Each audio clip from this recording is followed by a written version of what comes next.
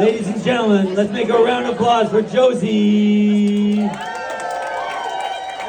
So every month we feature a different artist in our community to come and talk about their story, their creative journey, and their arts, because we get inspiration from other people in our community. So if that is you and you want to be the next feature artist, come reach out to me. But let's give a round of applause to Jozy.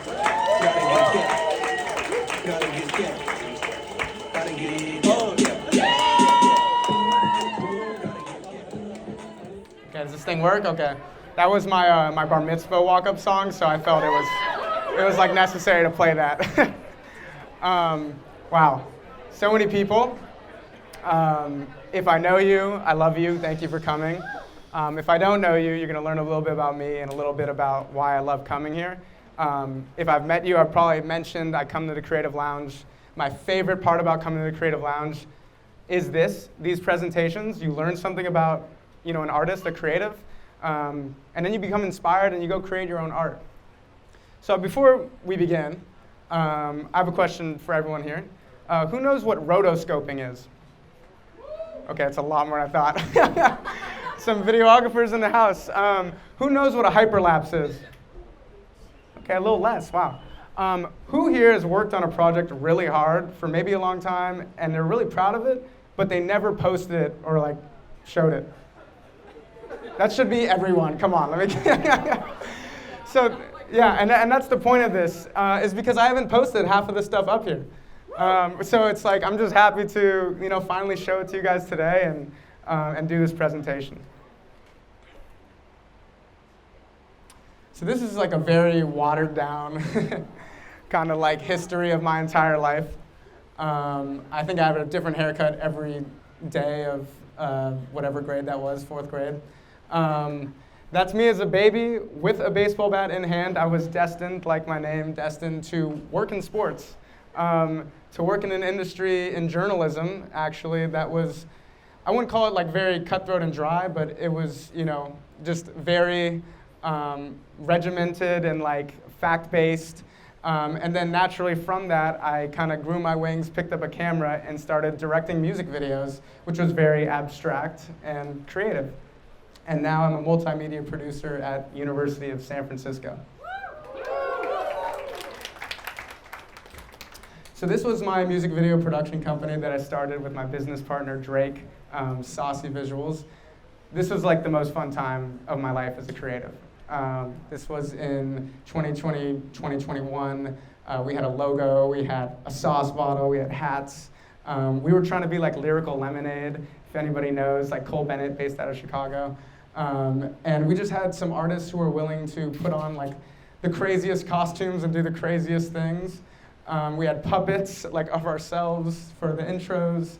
And just a little behind the scenes, this is not a real monster truck. This is a mini car that we probably bought for $15 on Amazon, took a photo in front of a green screen, and then returned it the next day. And then I got our artist to go in front of a green screen, put him in, and make movie magic. So this was just a really cool, abstract way for me to direct and really take charge in doing something fun and creative and different.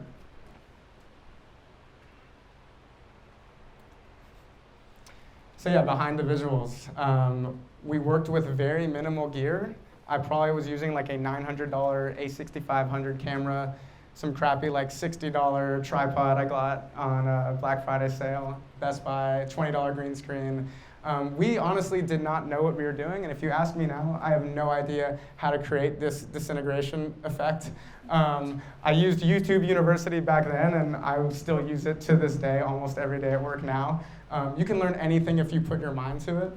Just a funny little bit about this music video is actually in an abandoned Air Force base in Rantoul, Illinois. Don't tell the feds we were there, but we spent the entire day stacking up TVs. We spent another day making this awesome trophy room, and it just shows sky's the limit when you're creating videos. So I moved to San Francisco around 2022, 2023, 2022, and I was enamored with the city. I loved the bridge, loved Salesforce Tower, until I realized what everybody thinks of it. But I was obsessed with hyperlapses, obsessed with stop motion. And if you look in the left corner of the screen, it looks like a bunch of different videos, but that's actually a bunch of rotating photographs of the Salesforce tower. This is the route that me and my intern, I didn't tell him to come with me, but he came with me. We took a 5 miles around from Soma all the way to Coit Tower and then back around to the Bay Bridge, taking different photographs, using a grid guide to put the center of the tower in the middle. Actually, where the white meets the blue was where we were aiming for, to create this awesome kind of like 360 effect, and then adding motion blur and stabilization in After Effects. And then over here on the right is some stop motion cutout. This is rotoscoping. It's cutting out every single individual frame in After Effects, putting it on a white backdrop, printing, and then I had, I think, like 4 marketing interns and 3 of like my own interns all cutting out these jerseys. So it was like a workforce. It was 10 people to get this project done, and it's something that I'm like very, very proud of. So now, fast forward to 2026, I'm in my corporate era, where the work may not be as kind of like exciting and creative, but it does have like a higher quality and standard to it, and I am using like an absolute overload of new gear that was incredibly intimidating at first, I'm not gonna lie. We were using, we still are using multiple cameras, 3 to 4 lights, negative fill, C-stands, boom poles, sliders, just so much that was new to me and a lot for me. And I was kind of like hiding, behind one light and one camera at Saucy Visuals. And the next thing you know, now it's like I'm on a full-on production set, working with a small crew. So it's a lot of like lighting diagrams, shot lists, and it's really like helped me grow as a filmmaker. But being in the corporate life, I've had a lot of time outside of work to go on trips. That's me changing my coolant, doing passion projects like night photography of the night sky in Moab, and camping, and going to Yosemite. And I've had a lot of really fun memories outside of work. And don't press play yet. Don't press play yet. So this is a collection, if you guys know what a showreel is, of kind of just like all of my work from honestly the past decade, from when I was an intern with the Arizona Diamondbacks to when I was doing music videos, and now working as a multimedia producer. Kind of just like a collection of all my work. And hopefully the sound works. If it doesn't, we'll do it over again, but we'll see what happens.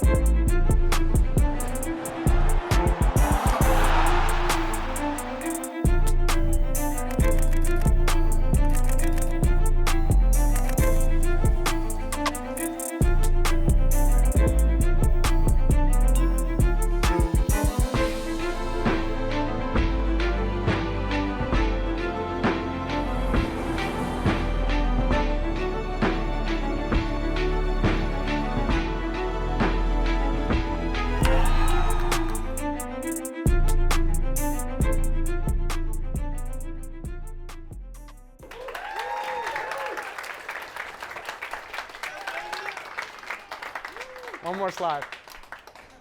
So, I have a mic. Thank you guys for watching.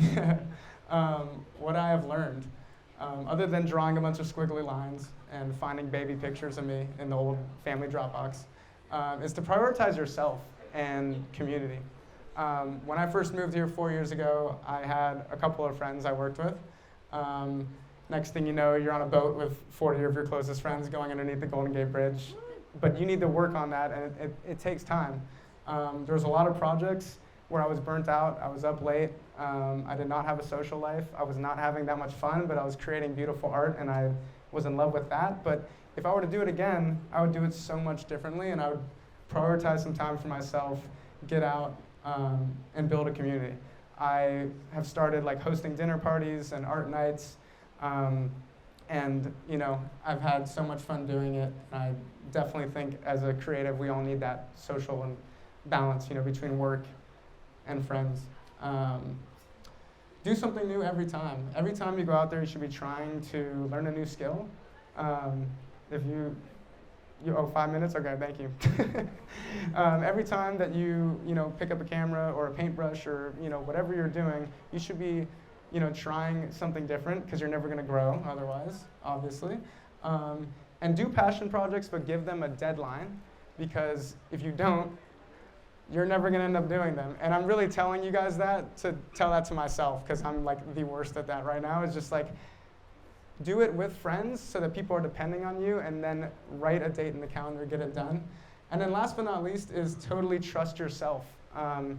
If any of you guys in here are creatives, which I think you are, and you have a social media account, your social media is probably super oversaturated with like incredible content that blows your mind, that you may have no idea how to do, and you don't even know where to start.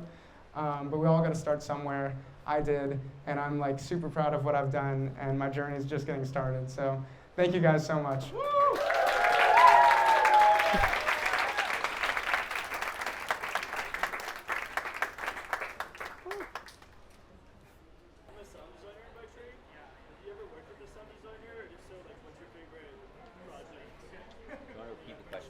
Yeah, so you said you're a sound designer, and you're asking if I've ever worked with a sound designer, and what's my favorite project?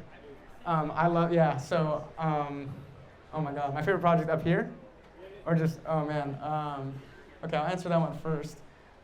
Probably the coolant video, because this is the first time I ever filmed myself. I was like changing my coolant, and I just thought it was like so goofy and fun and unique.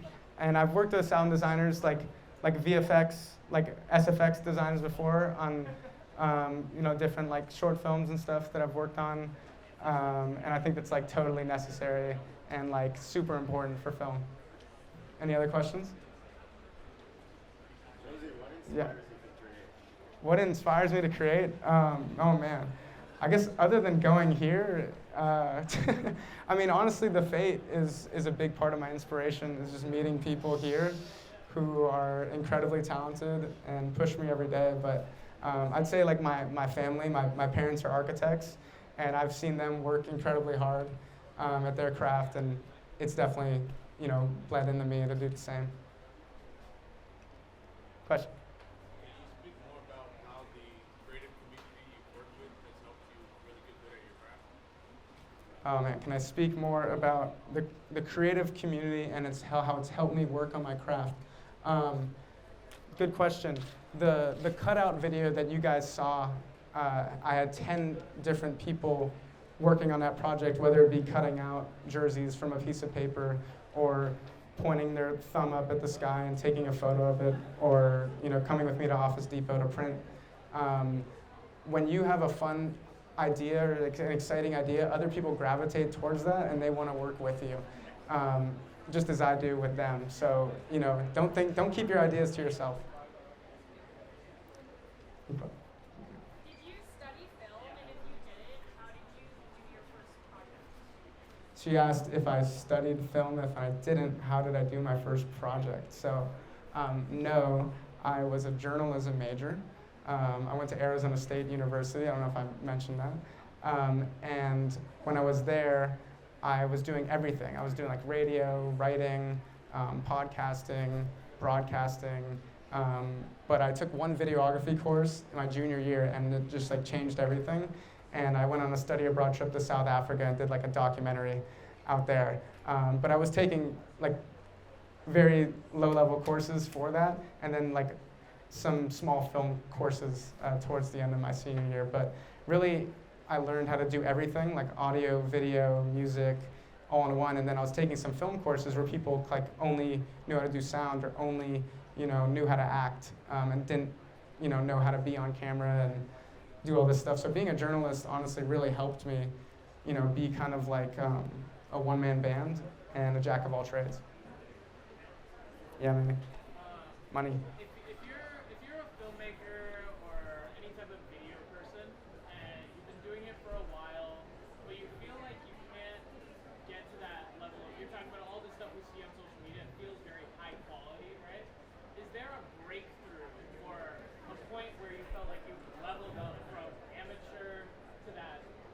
second level of, okay, we're past the hump? And if so, what was that breakthrough?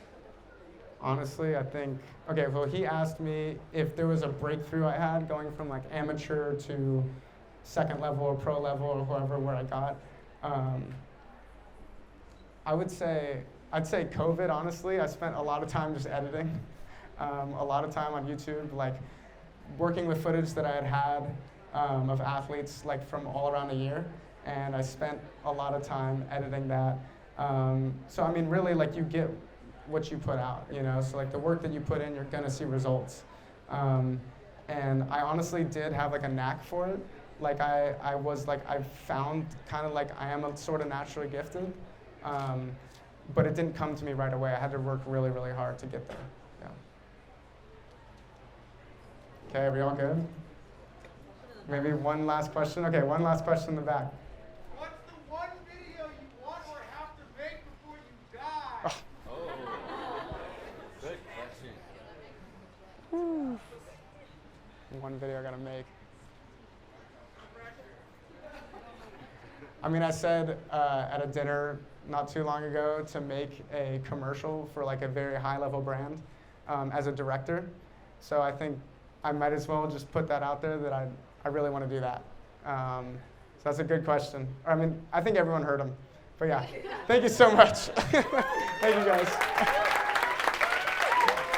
Everybody, I love you. Good.